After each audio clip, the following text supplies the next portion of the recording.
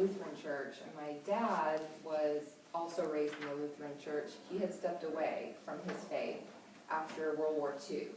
He had experienced a really tough childhood in Germany, as you can imagine, and he basically didn't, speak of his faith, really doesn't talk much about religion, didn't have a purpose for continuing a relationship with Jesus. And so I grew up basically not going to church and not knowing about God's love for me, not knowing about Jesus, and not knowing the kind of bigger picture, right? So I had a small family. I did not have a relationship with my grandparents. 3 of the 4 of my grandparents were deceased before I was born.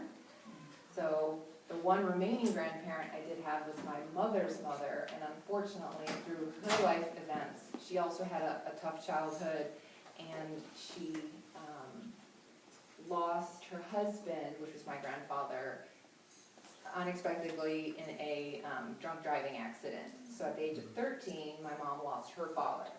So basically, I had one grandparent that was living when I was born, and she was emotionally distant.